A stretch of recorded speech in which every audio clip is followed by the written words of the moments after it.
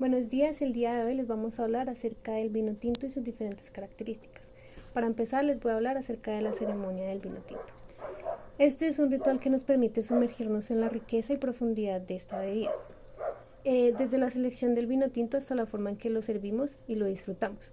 El primer paso en la ceremonia del vino tinto es la selección cuidadosa de la botella adecuada.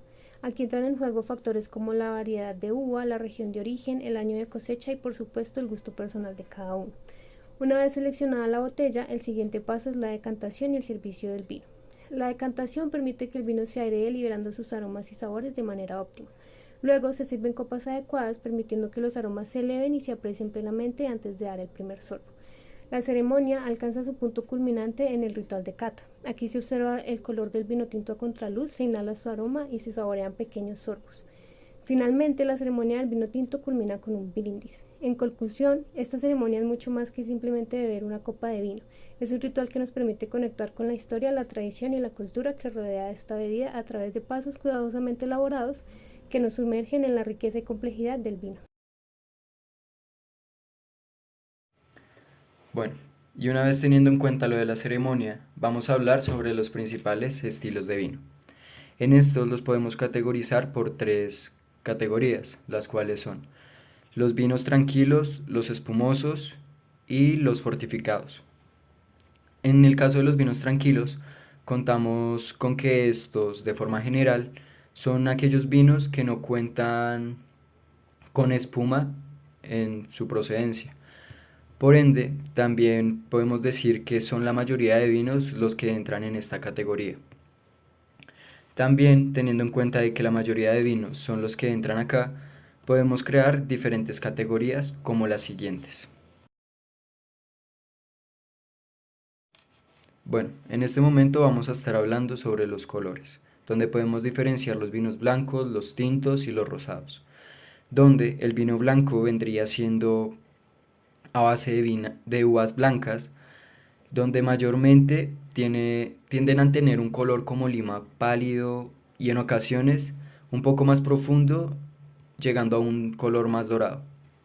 En el caso de los vinos tintos, en este contamos con uvas negras para su preparación. Su color es rojo y tenue. También cuenta con teninas, las cuales son las que se encargan de provocar esa sequedad en la boca, y estas se obtienen manteniendo la piel de la uva en contacto con el mosto de la uva durante la fermentación de esta. En el caso de los vinos rosados, este vendría siendo parecido al de los vinos tintos, solo con la diferencia de que este está por un tiempo mucho más corto que los vinos tintos. En este momento vamos a hablar sobre el cuerpo del vino, donde se pueden diferenciar entre el cuerpo ligero, mediano o mucho.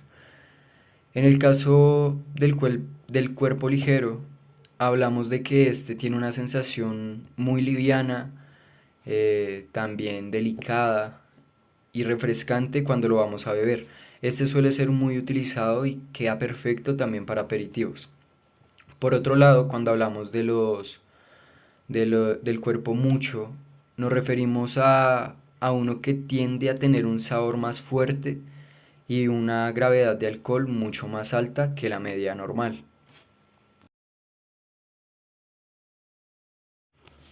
Y en estos momentos les voy a hablar sobre el dulzor de los vinos, el cual lo podemos diferenciar entre seco, medio o dulce, los cuales los vinos secos vendrían siendo los que no tienen dulce en absoluto, los de término medio son los que tienen un poco de dulce, y los dulces, o también conocidos como vinos de postre, son los que en su mayoría resalta el sabor del dulce.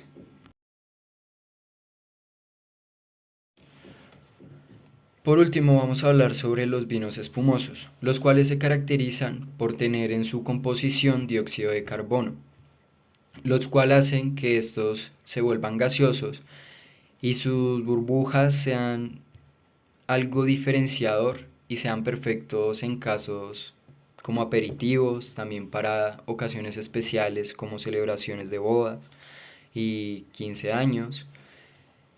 Y también para hablar de los vinos fortificados, tenemos que tener en cuenta que este es un vino que le agrega bastante alcohol, el cual es un predecedor neutro de las uvas. Eso sí lo tuve que leer porque no lo recordaba. Y estos tienden a ser entre 15 y 22% de alcohol por su volumen. Temperatura de los vinos tintos. Estos varían según su elaboración. Tenemos los vinos tintos jóvenes, los cuales son vinos más ácidos, con menos carga tánica y estructura, por los que estos vinos suelen servirse a menor temperatura. La temperatura recomendada para estos vinos suele ser entre los 12 a 15 centígrados. Seguimos con los vinos tintos con crianza en barrica. Estos vinos son los que permanecen entre los 6 meses y 12 meses en barrica de roble o similar, y la temperatura ideal va de los 14 a 17 centígrados. Por último, contamos con los vinos tintos con estancia en barrica prolongada. Este tipo de vino cuenta con más de 12 meses de barrica y pudiendo superar los 36 meses de crianza. La temperatura ideal para estos vinos va de los 16 hasta los 20 centígrados. Lito o repasador en el servicio de vino tinto. Este es usado por el sommelier al momento de servir un vino. El hito sirve para eliminar los restos de corcho que hayan quedado en la parte más alta de la botella. De igual manera, debe ser usado con la finalidad de limpiar y secar la botella si ésta se encuentra en una cubetera. De igual manera, debe ser usado para mantener limpias las copas de sus invitados. Se recomienda utilizarlo durante el servicio del vino e incluso mucho antes, con el objetivo de que la botella esté bordeada por el mismo y así evitar que caigan gotas en el mantel al momento de servir el vino. Una forma en la que el sommelier suele llevar el hito es en el brazo, de esta forma. En el servicio del vino, lo primero que se debe hacer es mostrar la botella al cliente, mostrando el nombre, denominación de origen y las uvas que se utilizan en este. Una vez se presente el vino, viene la apertura. Se descapsula la boca de la botella con esta navaja y se retira. Esto deja expuesto al corcho. En este caso, la botella no tiene corcho, pero lo voy a hacer con un tapón.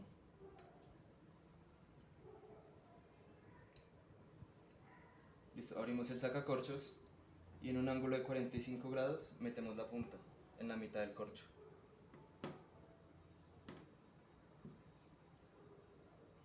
Una vez que el corcho cubra aproximadamente todo el sacacorchos, utilizamos eh, utilizamos el gancho y hacemos palanca hacia arriba. Y así con el segundo. Para servir el vino, sostenemos la botella a una altura adecuada, que el cuello de la botella no roce la copa. Servimos y le damos un cuarto de giro para no regar el mantel.